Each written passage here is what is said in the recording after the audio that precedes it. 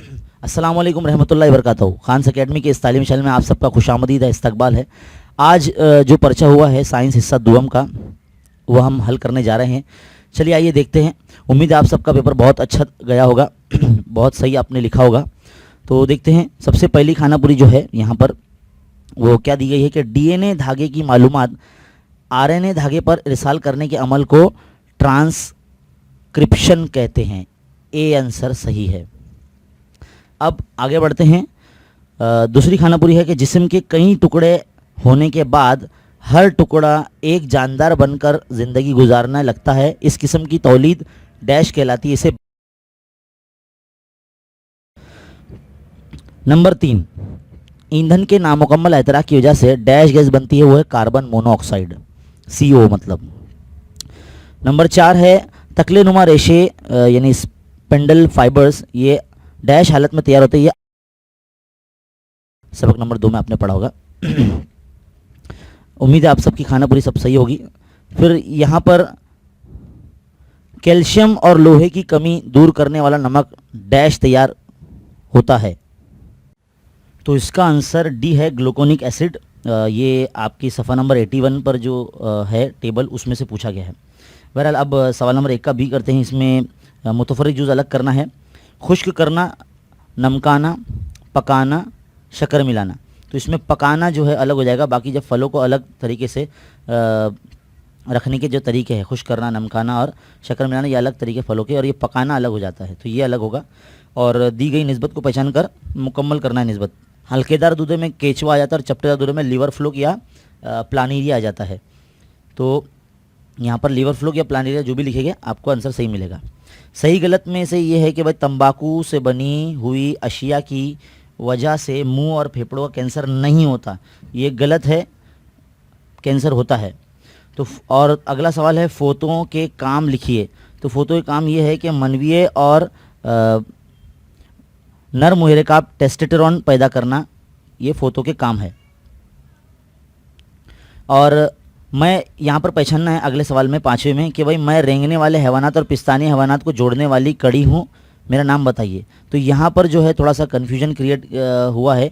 इसमें चिमगादड़ या छिपकली, इंसान या और भी बहुत सारे ऐसे हैं। इसका जवाब आप देख सकते हैं। तो दरमियानी कड़ी में चिमगादड़ या छिपकली में से कोई एक आ सकता है। और आगे बढ़ते हैं। सवाल नंबर 2 का जो पहला है, जिसमें साइंसी वजूहत पूछी गई, कोई 2 करना है। और भारत में आबादी पर काबू पाने के लिए ख़ानदानी मनसूबाबंदी ज़रूरी है। तो इसका जवाब ये होगा कि हमारे मुल्क की आबादी बहुत तेज़ी से इजाफा हो रहा है और तेज़ी से बढ़ रही है। उस वक्त मुल्क की आबादी तकरीबन 121 करोड़ के आसपास पहुंच चुकी है।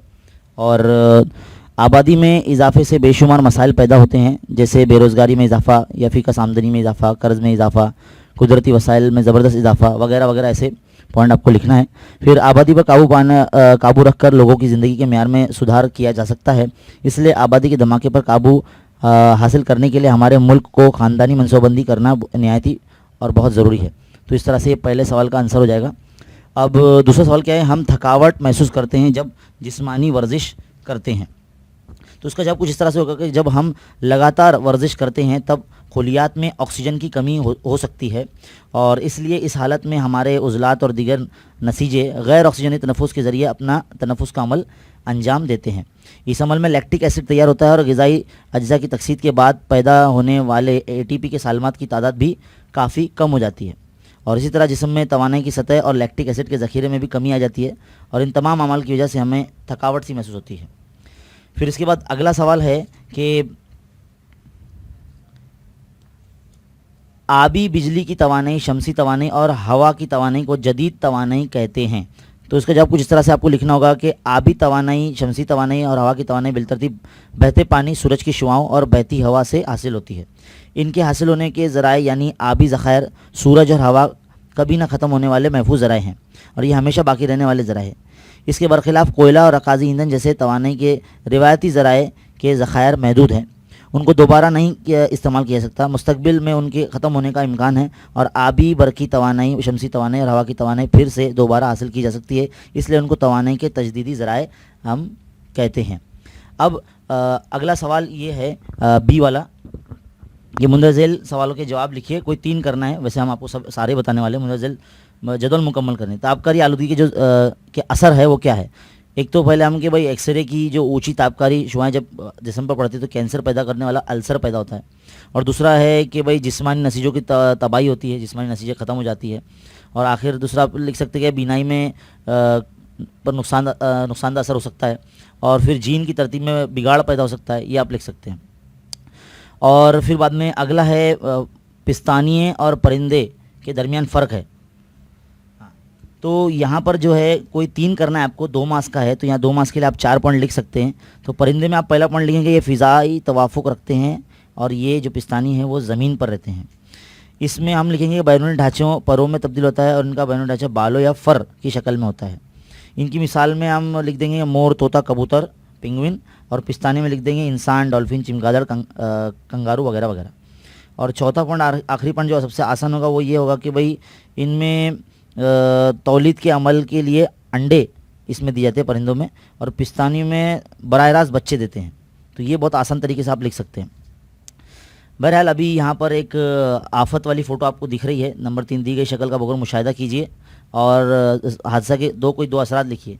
तो वे असरात यही होंगे कि भाई जानी माली नुकसान होता है और जो रास्ता है वो तकरीबन बंद हो जाता है और काफ़ी लोगों की ज़िंदगी मुतासिर होती है। तो ये 2 पॉइंट आप लिख सकते हैं। और अगला सवाल है तनाव पर काबू पाने के लिए कोई 4 तरीके बयान कीजिए। तो तनाव पर काबू पाने के लिए जो 4 तरीके हैं वो हम यही बोल सकते हैं कि भाई एक तो मजलिस कहकहा है। लोग एक साथ अगर जब किसी बाग में मैदान में जमा हो जाते हैं तो ज़ोर से कहकहा लाकर अपने तनाव को कम करने की कोशिश करते हैं। एक तो ये हो गया। दूसरा है अच्छे मवासलात, यानी अगर अच्छे दोस्त होंगे, अच्छे साथी होंगे, बहन भाई, अपने असातिज़ा और वालिदैन से अच्छे अंदाज से गुफ्तगू करने से आदमी जो है वो तनाव से आज़ाद रहता है। किसी भी करीबी शख्स से गुफ्तगू करे या अपने एहसास का इजहार करे तो तनाव से दूर रह सकता है। तीसरा हम ये बोल सकते हैं कि ख़यालात कलमबंद करना, यानी अगर डायरी अगर आप लिखते हैं, ख़यालात को लिखते हैं अपने, तो उससे तनाव कम हो सकता है। और फिर गलतियों को कबूल करना, फिर उनका तज्जिया करना, तो इस तरह से आपका तनाव कम हो सकता है। और चौथा और आखिरी हम अच्छा ये बोल सकते हैं कि भाई मशगला अच्छा होना चाहिए। जैसे कि कोई भी इंसान जो है फ़ोटोग्राफ जमा करता है, कोई किताबें पढ़ता है, कोई गाने सुनता है, कोई जानवर पालता है, कोई फ़ोटोज़ वगैरह जमा करता है अपने पसंदीदा फिल्म स्टार्स की, मुजस्समा साजी वगैरह बनाना, ड्राइंग करना, रंगोली बनाना, रक़्स करना, है ना। ऐसा अलग अलग आप पॉइंट इसमें लिख सकते हैं। या मैदानों में खेलना या वर्जिश करना या जिम ज्वाइन करके बॉडी पर अपनी तवज्जो देना, तो ये सब पॉइंट्स यहाँ पर तनाव पर काबू पाने के लिए हम लिख सकते हैं। 5वां पॉइंट है कि दर्ज झेल तसव्वुराती खाका मुकम्मल कीजिए। तो भाई देखो, ये हमने जैसे हमारे वीडियो में बताया था कि भाई ये सब आने वाला है, तो बिल्कुल वही आ गया। खुर्दुबिनी जानदार के मतलब कौन कौन से ऐसे जानदार है, या नाम तो नहीं लिखना फिलहाल, यहाँ पे बताया कि भाई तेल का रसाव है, एक तो हयाती ईंधन है, फिर गंदे पानी का इंतज़ाम है, ज़मीन का भराव है, और खुर्दुबिनी जानदारों के टीके है, और हयाती गैस और कंपोस्ट की खाद, ये तो लिखा हुआ ही है। तो इस तरह से इसको मुकम्मल करना है। उम्मीद आप सबने लिखे होंगे। चलिए बढ़ते अब आगे अगले सवाल पर। तशरीही सबूत की अहमियत मिसालों के ज़रिए वाज़ेह कीजिए बोला गया है। तो यहाँ पर ये देखिए सवाल नंबर 3 का सवाल है, जिसमें 5 सवाल करने होते हैं, 15 मार्क्स मिलते हैं। तो ये बहुत आसान है। सबसे पहला पॉइंट अगर पॉइंट वाइज हम लिख रहे हैं तो कुछ इस तरह से लिखते हैं कि भाई इंसानी हाथ, बिल्ली का पैर, चमगादड़ का पंख, व्हील मछली के जन्फे में कोई यकसानियत नज़र नहीं आती। और फिर जानवरों में उन अज़ा का इस्तेमाल भी मुख्तलिफ है, लेकिन हर जानवर के अज़ू में हड्डियों की साख्त और हड्डियों की जड़ में मुमासलत नज़र आती है। इससे ये ज़ाहिर होता है कि इन हैवानात का इर्तिका एक मुश्तरक मौरस से हुआ था। तो इतना आपको जवाब लिखना है। और फिर अगला सवाल है कि आप क्या करेंगे और क्यों, कौन से हालत में। देखो, पड़ोसी बच्चे को तंबाकू नोशी पसंद है। फिर आपका दोस्त मुसलसल सेल्फी लेने के लिए मशगले में मुब्तला रहता है। और तीसरा है कि आपकी बहन कम सुकून हो गई है, मुसलसल अकेली रहती है। तो पड़ोसी तंबाकू नवेशी करता है, तो इसके ऊपर आप लिख सकते हैं कि हम उस बच्चे को उसकी ज़बान में तंबाकू नवेशी या चबाने के नुकसान से आगाह करेंगे, और ऐसे बच्चे को मुंह के कैंसर के मरीज़ों की तस्वीर दिखाएंगे, वीडियो दिखाएंगे, और ताकि वो उनकी हौलनाक तस्वीर को देखकर थोड़ी सी इबरत हासिल करे और सबक सीखें कि भाई इसके असरात क्या होते हैं, और फिर वो उसको छोड़ने की कोशिश करने लगाएंगे हम। दूसरा है कि आपका दोस्त मुसलसल सेल्फ़ी लेता रहता है, तो सेल्फ़ी लेने के लिए मशगले में मुब्तला है तो उसको क्या कहेंगे, हम हिदायत क्या देंगे। तो मुसलसल सेल्फ़ी लेने की आदत बहुत बुरी होती है। इससे ये साबित होता है कि दोस्त सिर्फ अपने खुद के बारे में सोचने में मगन रहता है और वो खुदगर्ज बन गया है। मुनासिब मुशावरत से उसको खुदगर्जी को दूर करने की कोशिश करेंगे हम, और उसकी आदत क्यों कर पैदा हुई ये भी सोचेंगे और उस वजूहत जानने की कोशिश करेंगे, और ऐसे चंद दिगर अफ़ाल अंजाम देने की तरगीब पैदा करेंगे ताकि उसकी सेल्फ़ी लेने की आदत जो है वो उसमें नरमी पैदा हो जाए और उसका जो मशगला ये ख़त्म हो जाए। बहरहाल अगर हम हालात को देखते हुए अगर सेल्फ़ी लें तो सही होगा, ऐसे डायरेक्ट हम मना नहीं कर सकते, है ना। अगला पॉइंट क्या है, आपकी बहन कम सुकून हो गई है, मुसलसल अकेली रहती है। तो जो खौफज़दा या कम सुकून बन जाता है, उसके दिमाग में कई किस्म के ख़यालात परवान चढ़ते हैं।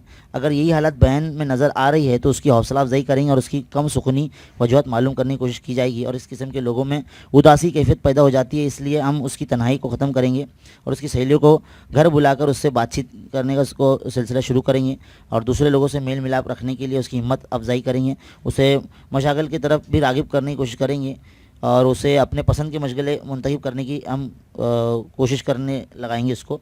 और इन तमाम इक़दामात के बाद भी अगर उसकी हालत कोई तब्दीली नज़र नहीं आती तो उसकी काउंसलिंग वगैरह करेंगे जिससे उसकी परेशानी थोड़ी सी कम हो सके। बहरहाल अब अगला सवाल है कि घरेलू कचरे की मुनासिब नक्कासी के लिए कौन सी एहतियाती तदाबीर इख्तियार करना चाहिए। तो इसका जवाब कुछ इस तरह से होगा कि घरेलू कचरे को सबसे पहले हयातियाती तनज़्ज़ुली और गैर तनज़्ज़ुल पज़ीर के लिहाज से अलग करना चाहिए। मतलब सूखा कचरा अलग और गीला कचरा अलग, इस तरह से करना चाहिए। और आम ज़बान में हमें उन्हें यही कहते हैं। और अशिया को दोबारा दौर के लिए इस्तेमाल के लिए लाना चाहिए, जैसे कि प्लास्टिक वगैरह है तो प्लास्टिक को दोबारा चक्कर उसका होना चाहिए। और हयाती तनज़्ज़ुल पज़ीर जो फ़ाजिल अशिया को तैयारशुदा गड्ढों में डालकर या मिट्टी या भूसा डालकर उन्हें तहलील करने के लिए छोड़ देना चाहिए ताकि उससे आला दर्जे की खाद बनाई जा सके। और जो गैर हयाती तनज़्ज़ुल पज़ीर है जैसे कि प्लास्टिक है, कांच के टुकड़े है, धाती टुकड़े जैसे, इनको दोबारा चक्कर के लिए इस्तेमाल करना चाहिए। तो इसका सवाल का जवाब कुछ यही होना चाहिए। अब सवाल नंबर जो 4 है जिसमें ये कॉकरोच बना हुआ है, यहाँ पर कुछ सवालों के जवाब देने हमें कि दिए गए शक्ल में कौन सा आयला है। तो ये बस जोरदार पैर वाला ही है कॉकरोच है ना, झिंगूर जिसे कहेंगे। और बी, इन हैवानात के जिस्म के अतराफ का बैरूनी ढांचा किस चीज़ से बना होता है। तो इसका भाई इसका जिसका मतलब जो बैरूनी ढांचा है वो तो काइटिन का बना होता है और ये बैरूनी ढांचा उसी से बना होता है इसका। और सी में बोला गया कि इसका जिस्म किस तरह की तश्कील या मौजूनियत ज़ाहिर करता है। तो भाई ये नाबती तह और हकीकी जिस्मी कैफा हल्केदार है ये जानदार। फिर आगे बढ़ते हैं। हमारा जो अगला सवाल है कि मुदज़ेल के मुख्तसर वजाहत कीजिए। तो मुतबादिल मा, मसनूई बारावरी और मनविया बैंक। इस सवाल का जवाब तो आपकी किताब की दरसी किताब की पेज नंबर 32 पर ही है। मसनूई बारावरी ये एक ऐसी तकनीक है जिसमें इम्तिहान नली में बारावरी का अमल अंजाम पाता है और इस मुनासिब वक्त पर औरत के रहम में जनैन की तसनीब की जाती है और मनवी की कमी जो तादाद है वो बैज़ खुलिया का बैज़ नली में दाखिल होने में रुकावट वगैरह औलाद ना होने की वजह से ये IVF तरीका जो है मसनूई बारावरी जिसको बोलते हैं वो होता है। और इसको किसी एक औरत में डाल दिया जाता है जो ये काम करने के लिए राज़ी हो जाती है और उसकी जो शनाख्त है वो खुफिया रखी जाती है। अगर कोई औरत ऐसी है जो जिसका रहम में बारावरी की सलाहियत नहीं होती तो ऐसी औरतों का इस्तेमाल किया जाता है, तो उन्हें मुतबादिल माँ कहते हैं। और उनमें समझ लीजिए उनके बैज़दान से बैज़ खुलिया हासिल करके इम्तिहान नली में शौहर के मनवे से मिलाप करके बारावर की जाती है। इस तरह तैयार होने वाले जनैन की किसी दूसरी औरत में रहम में परवरिश की जाती है तो उसको मुतबादिल माँ बोलेंगे। और मनविया बैंक ये तो जैसे ब्लड बैंक होता है बिल्कुल वैसी है। बेशुमार ज़ौजैन में से जो शौहर के मनवे की पैदावार में मुंदरजा वाला जो रुकावटें हैं जो इसमें इस्तेमाल की जाती है, तो ऐसी रुकावटें जैसे ज़ौजैन को औलाद के हुसूल के लिए एक नया तसव्वुर और तकनीक ये किया गया है। और ब्लड बैंक की जैसा ही है ये। और इसमें ख्वाहिशमंद जो मर्द है वो मुकम्मल जिस्मानी जांच और दीगर जांच के बाद ही हासिल करदा मनवे का ज़ख़ीरा करते हैं। तो ये बहुत ही सिंपल है, अपने से लिखना है एकदम। अगर आपने पढ़ा होगा तो अच्छे से लिखेंगे। बहरहाल अगला सवाल है, यहाँ पर ये जिस्म की तश्कील दिखाई गई है और उसमें आज़ा के नाम लिखने। तो भाई ये मुँह आ जाएगा, यहाँ पर ये दिल का हिस्सा है, दिल है, ये है गुर्दा यानी, और ये है जिगर, और ये है फेफड़ा, और ये है रान, है ना। तो इस तरह से ये सवाल यहाँ मुकम्मल होते हैं। फिर अब आगे बढ़ते हैं। सवाल नंबर 7 है हमें मुंदरा झेल जदौल दी गई है, इसमें तवानाई की मुख्तलिफ शक्लें हैं और उसकी किस्म पर मबनी आलात है। तो ये बहुत सिंपल सा सवाल था, बहुत ही मतलब मार्क्स आसानी से देने वाला सवाल है। बरकी तवानाई से बरकी इस्त्री, गीज़र, हीटर, ओवन, पंखा, लाइट सब चलता है ना, टीवी वगैरह। नंबर 2, मैकेनिक की तवानाई में सिलाई मशीन व साइकिल वगैरह तो लिखा हुआ ही है। हरारती तवानाई के अंदर बरकी चूल्हा, जैसे चूल्हा है, भट्टी है, भाप का इंजन वगैरह वगैरह। और ये जो शमसी कुकर है, शमसी गरमाला है, ये शमसी तवानाई पर ही चलते हैं। तो बहुत सिंपल था ये। फिर अभी ये बहुत अच्छा है, प्लस पॉइंट आप लोगों के लिए कि भाई ये पैराग्राफ दिया गया था, इनमें पॉइंट भी दिए गए यहाँ पर, इसमें से देखकर आपको ये खाना पूरी मुकम्मल करनी कितना आसान तरीके से दिया गया था। कि इसमें बोला गया है कि समंदर में मुख्तलिफ वजूहात की बिना पर पेट्रोलियम तैयार का रसा होता है और ये तेल डैश जानवरों के लिए ख़तरनाक और जहरीला होता है।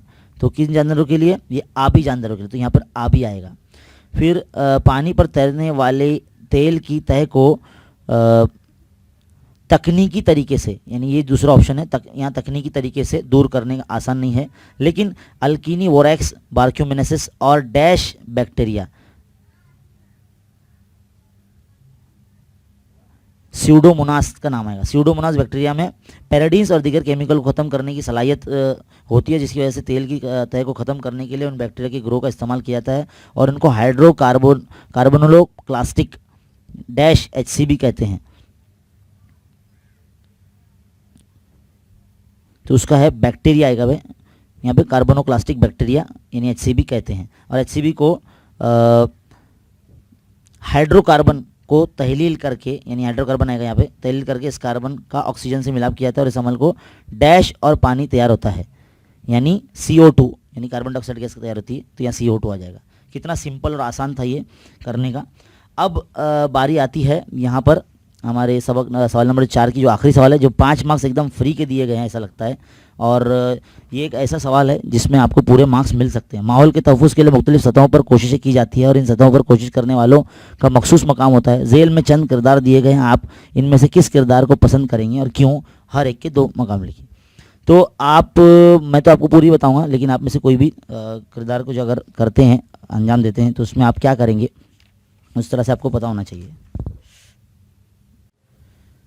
पाबंदी में तो आप यही लिख देना कि मुमकिन धोखे को रोकना और नई सरगर्मी पर प्रोग्राम करना और माहौल को नुकसान पहुंचाने वाले अज्जा, इसमें लिख देना। और काबू के अंदर आप ये लिख सकते हैं नुकसान को रोकना, नुकसानदा अमल को रोकना, ज़हनियत बदलना लोगों की। पैदावार में ये लिखेंगे माहौल में नुकसान उठाने वाली चीज़ों को दोबारा ज़िंदगी देना, तामीर नौ के लिए कोशिशें करना। तशहीर यानी एडवर्टाइजमेंट में आप तालीम रहनुमाई करेंगे, बेदारी पैदा करेंगे, तंजीम बनाएंगे। और निगहदाश्त के अंदर आप दस्तियाब वसाइल को संभाल कर रखेंगे। तो ये सवाल तो यहीं ख़त्म हो गया, बहुत सिंपल सा छोटा सा था। आपके पेज नंबर 44 पे किताब पे इसका आंसर है। और हयाती टेक्नोलॉजी किसे कहते हैं? तो हयाती टेक्नोलॉजी मतलब वो साफ़ टेक्नोलॉजी जिसमें, तो हयाती टेक्नोलॉजी फ़िलहाल तो हम उसको ही बोलेंगे कि वो अमल जिसके ज़रिए जो जानदार है वो मसनूई तौर पर जनीनी तब्दीली और नस्ल बढ़ाने के बेहतरी अमल के लिए जो तकनीक इस्तेमाल की जाती है उसको हयाती टेक्नोलॉजी कहते हैं। और उसके जो फ़ायदे हैं तो वो तो बहुत सारे हैं, तो फ़िलहाल आप 1-2 लिख सकते हैं कि दुनिया में ज़रई ज़मीन महदूद होने की वजह से फ़ी एकड़ में ज़्यादा पैदावार हासिल करने का जो तरीका है वो ये है। और जल्दी फल देने वाले अक़साम तैयार करने के लिए साल भर में ज़्यादा पैदावार करने का जो तरीका है वो हयाती टेक्नोलॉजी का है। तो 2 तरीके हो जाएंगे ये, वैसे एक ही लिखना था। और एक तिजारती इस्तेमाल वो ये हो जाएगा कि ख़ास करके तिजारती पहलू से अगर देखा जाए तो बहुत सारे ऐसी ग़िज़ाई अजनास है जिनको हम तैयार कर सकते हैं, जैसे कि बीटी कपास है, बीटी बैगन है, गोल्डन राइस है, वगैरह वगैरह में ऐसी सनतों में इसका इस्तेमाल किया जाता है फसलें उगाने के लिए। और 2 जरासीम के नाम, हयाती खाद तैयार करने के 2 जरासीम के नाम।